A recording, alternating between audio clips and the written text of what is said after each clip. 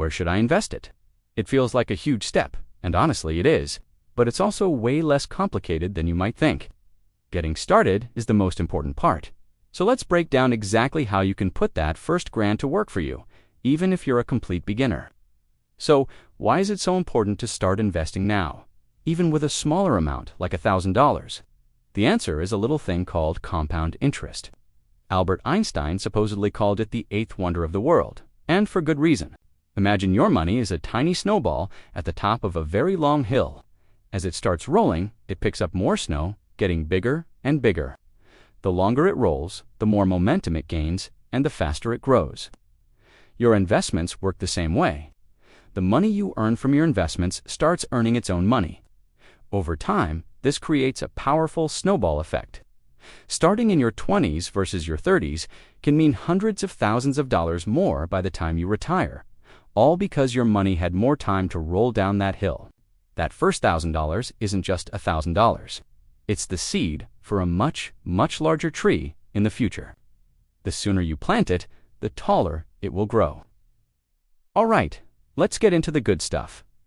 Where do you actually put the money? Forget trying to pick the next big stock that's like trying to find a needle in a haystack, and it's super risky for beginners.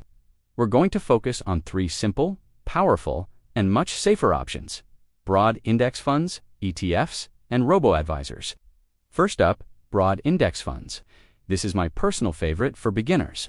An index fund is like a basket that holds tiny pieces of many different companies. For example, an S&P 500 index fund holds stocks from the 500 largest companies in the US. Think Apple, Microsoft, Amazon, all the big names. Instead of betting on one single company to do well, you're betting on the entire US economy to grow over time, which, historically, it has always done. It's diversification made easy. You own a small slice of everything, which dramatically lowers your risk. If one company has a bad year, you have 499 others to balance it out. It's the definition of not putting all your eggs in one basket. Next, we have ETFs, or exchange-traded funds. These are very similar to index funds. They also hold a basket of asset stocks, bonds, you name it. The main difference is how they're traded. ETFs trade on the stock exchange just like individual stocks, meaning their price can change throughout the day.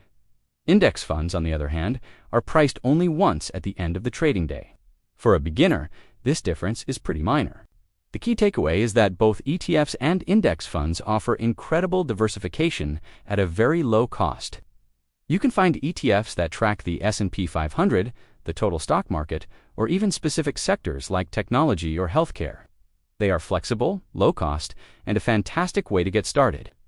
Finally, let's talk about robo-advisors. This is the set it and forget it option, and it's perfect if you feel a little overwhelmed and just want someone or something to handle it for you. A robo-advisor is an automated, algorithm-driven service that builds and manages an investment portfolio for you. You start by answering a few simple questions about your financial goals, your timeline, and how much risk you're comfortable with. Are you saving for a house in 5 years, or for retirement in 40? Based on your answers, the robo-advisor automatically builds a diversified portfolio of low-cost ETFs for you. They handle all the rebalancing and adjustments, so you don't have to. It's like having a financial advisor, but for a fraction of the cost.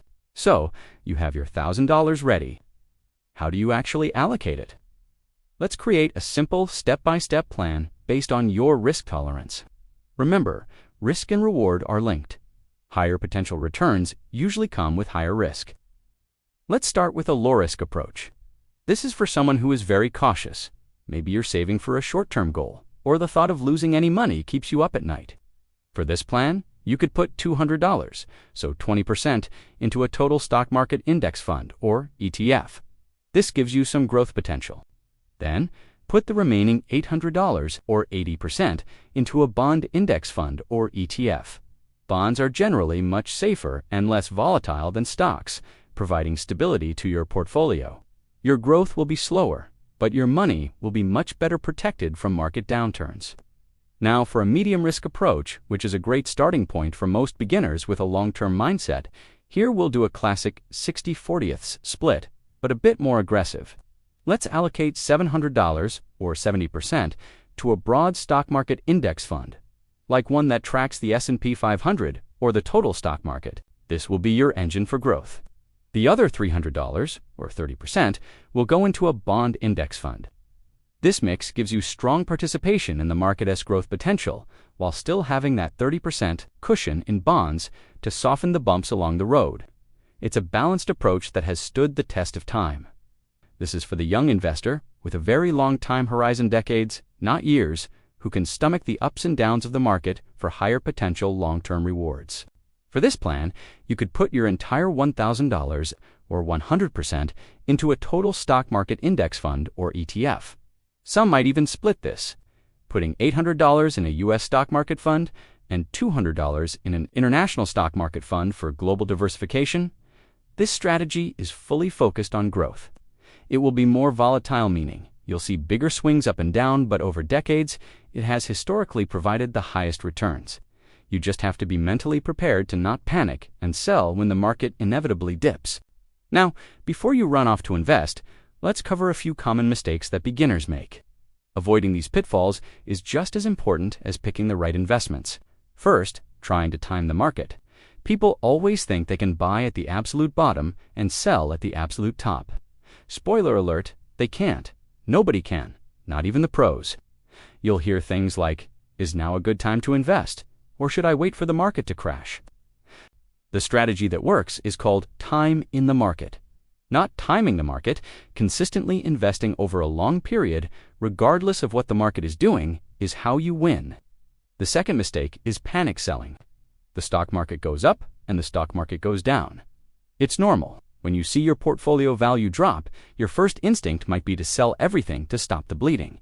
This is the worst thing you can do. You're locking in your losses and will likely miss the recovery that follows. Remember, you haven't actually lost any money until you sell. If you've invested in a diversified index fund, have faith in the long-term growth of the economy and just hold on. Another big mistake is paying high fees. Fees are a silent killer of your returns. A 1% fee might not sound like much, but over 30 or 40 years, it can eat up hundreds of thousands of dollars of your potential earnings. That's why we love index funds and ETFs. They typically have ultra-low expense ratios, often below 0.1%. Always check the fees before you invest. They can make a massive difference. And finally, not having a plan. Don't just throw your money at something because you heard about it online. Understand why you're investing. What are your goals? The simple plans we outlined today are a great starting point. Write your plan down and stick to it. This will help you stay disciplined and avoid making emotional decisions with your money. So, to recap, start early to harness the power of compounding. For your first $1,000, stick to simple, diversified, low-cost options like broad index funds, ETFs, or a robo-advisor. Choose an allocation strategy that matches your risk tolerance and goals. And most importantly, avoid common mistakes like timing the market, panic selling, and paying high fees. Investing is a journey, not a get-rich-quick scheme. Your first $1,000 is the first step on a path to financial freedom. Be patient, be consistent, and trust the process. You've got this.